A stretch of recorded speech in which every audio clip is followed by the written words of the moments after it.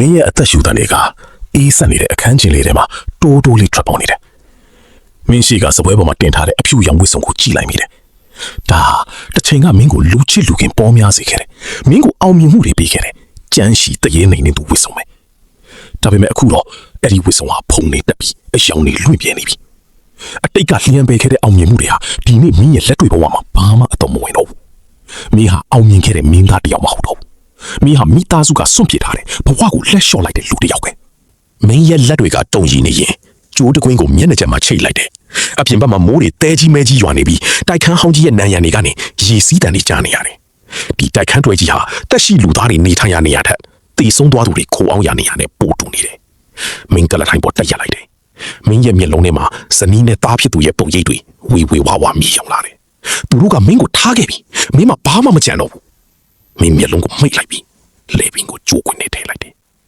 ဒါပေမဲ့မင်းမျောလင်းထားတယ်လို့ငြိမ်ချမ်းစွာပြီးဆုံးခွင့်မရခဲ့ဘူးမင်းရဲ့ခြေထောက်အောက်ကကလထိုင်လဲသွားတဲ့ခဏမှာပဲအခန်းထဲကလေထုကရုတ်တရက်အေးဆက်သွားတယ်မင်းရဲ့လေပင်ကိုကြိုးကညှစ်ထားပေမဲ့မင်းမြင်နေရတာကတေချင်းတရားရဲ့အမှောင်ထုမဟုတ်ဘူးနရံဒီပေါ်မှာကတ်နေတဲ့စာတန်းတွေကနေသွေးတွေယူစီးလာတာကိုမင်းမြင်နေရတယ်မင်းရဲ့ပတ်သက်ထဲကိုအေးဆက်ဆက်အငွေ့အသက်တွေတိုးဝင်လာတယ်တစုံတစ်ခုကမင်းရဲ့ခန္ဓာကိုယ်လေးကိုအတင်းဝင်ရောက်ဖို့ကြိုးစားနေတာအဲ့ဒါဟာတာမန်တရေတစီမဟုတ်ဘူးဒီအခန်းထဲမှာအညိုအတင်းနဲ့တေဆုံးခဲ့တဲ့အမြွာညီအမရဲ့ဝိညာဉ်တွေပဲ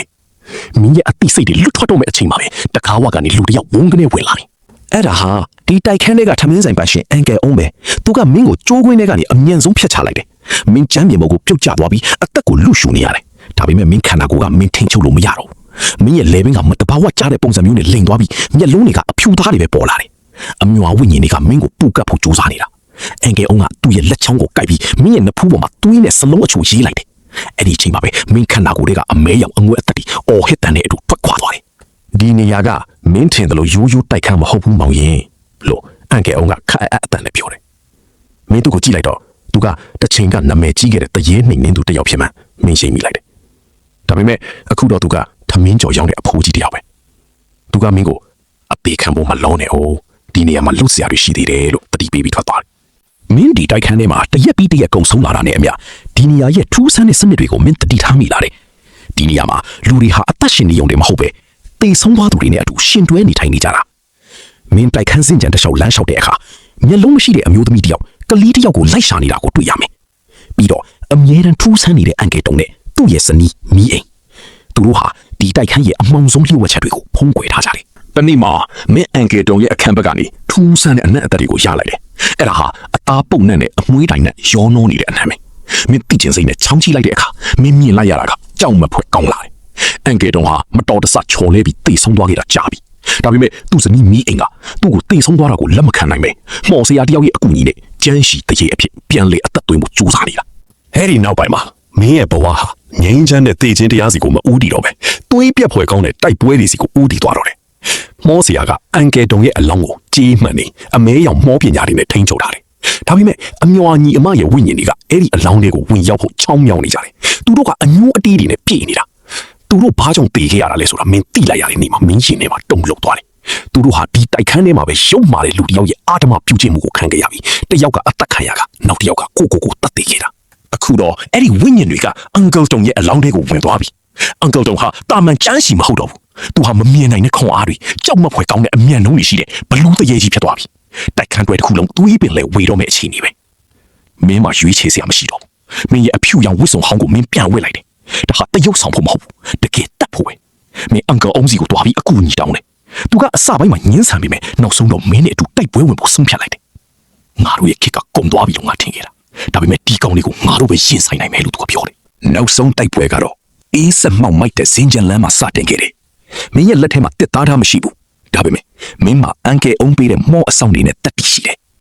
ကျန်းရှိဘလူးကြီးကမင်းကိုအမှောင်ထဲကနေခုံအုပ်လိုက်တယ်မင်းရဲ့ခန္ဓာကိုယ်ဟာနံရံနဲ့ပြင်းပြင်းထန်ထန်ရိုက်မိသွားပြီးအယိုးတွေကျိုးသွားတယ်လို့ခံစားရတယ်ဒါပေမဲ့မင်းမရက်တတ်နိုင်ဘူးမင်းကသွေးတွေကြားထဲကနေထွက်ရက်ပြီးသူ့ရဲ့နဖူးကိုအဆောင်နဲ့ကပ်ဖို့ကြိုးစားပြီသွေးတွေမှော်အင်းကွက်တွေနဲ့ပြည့်နှက်နေတဲ့အဲ့ဒီညမှာမင်းဟာမင်းသားတယောက်မဟုတ်တော့ဘူးမင်းဟာတကယ်သူ့ရဲကောင်းတယောက်လိုတိုက်ပွဲဝင်နေတာအန်ကယ်အုံးကသူ့ရဲ့လက်ကျန်အစွမ်းနေနဲ့ဘလူးကြီးကိုထိန်းထားချိန်မှာမင်းကနောက်ဆုံးအဆင့်အနေနဲ့အဆောင်ကိုကတ်လိုက်နိုင်တယ်ဒါပေမဲ့အဲ့ဒါကမလုံလောက်ဘူးဘလူးကြီးကပိုပြီးကြမ်းတမ်းလာတယ်နောက်ဆုံးမှာတော့မင်းဟာကိုစတီးဘူးဆုံးဖြတ်လိုက်တယ် မင်းကဘလူးကြီးကိုဖတ်ထားရင်အန်ကယ်အုံကိုအချက်ပြလိုက်တယ်အန်ကယ်အုံကနောက်ဆုံးမော့ပညာကိုတုံးပြီးတိုက်ခန်းတစ်ခုလုံးကိုရေးတွေတွေးတွေနဲ့ပုံလွှမ်းသွားစေတယ်မင်းနဲ့ဘလူးကြီးကရုံးကန်ရင်တိုက်ခန်းရဲ့အောက်ထပ်ကိုပြုတ်ကျသွားတယ်မင်းရဲ့မျက်လုံးတွေဝေဝါးလာတယ်မင်းရဲ့အသက်ရှူတန်းတွေတဖြည်းဖြည်းတိုးသွားတယ်အရာအလုံးဟာဖြည်းဖြည်းချင်းငြိမ်သက်သွားတယ်အဲ့ဒီအချိန်မှာပဲထူးဆန်းတဲ့အဖြစ်အပျက်တစ်ခုဖြစ်လာတယ်မင်းမြင်နေရတဲ့တရေတွေဘလူးတွေအန်ကယ်အုံရဲ့မောပညာတွေအားလုံးကနှင်းမြူတွေလိုပျောက်ကွယ်သွားတယ်မင်းပြန်မြင်ရတာကမင်းရဲ့ကြိုးကွင်းပဲတကယ်တော့မင်းဟာကြိုးကွင်းမှာတွဲလောင်းကြနေတော့မယ်မင်းရဲ့အုံနောက်ကတေကန်ကြီးစက္ကန့်ပိုင်းအတွင်းမှာဖန်တီးလိုက်တဲ့စိတ်ကူးရင်အိမ်မက်တစ်ခုပဲအဲ့ဒီကြမ်းရှိတိုက်ပွဲတွေသူ့ရဲကောင်းဆံမှုတွေအားလုံးကမင်းသားဟောင်းတစ်ယောက်ဖြစ်တဲ့မင်းရဲ့စိတ်ကူးတွေကစကားတကားဖြစ်နေကြတာအန်ကယ်အုံဆိုတာကလေတကယ်တော့ရိုးရိုးထမင်းဆိုင်ပိုင်ရှင်ပဲမင်းကိုဘသူမှလာမကယ်ခဲ့ဘူးမင်းရဲ့အမြင်အာရုံတွေအမှောင်ကျသွားတယ်မင်းရဲ့ခြေထောက်တွေတုံရင်မှုရပ်သွားတယ်တိုက်ခန်းအမှတ်2442မှာလူတစ်ယောက်ရဲ့အသက်ဝိညာဉ်ချုပ်ငိမ့်သွားပြီဒါပေမဲ့ဒီတိုက်ခန်းရဲ့အမှောင်ထုကတော့ဘယ်တော့မှပြီးဆုံးမှာမဟုတ်ဘူးနောက်ထပ်လူတစ်ယောက်ပြောင်းလာတဲ့အခါနောက်ထပ်စိတ်ပြအားငယ်နေတဲ့ဝိညာဉ်တစ်ခုရောက်လာတဲ့အခါ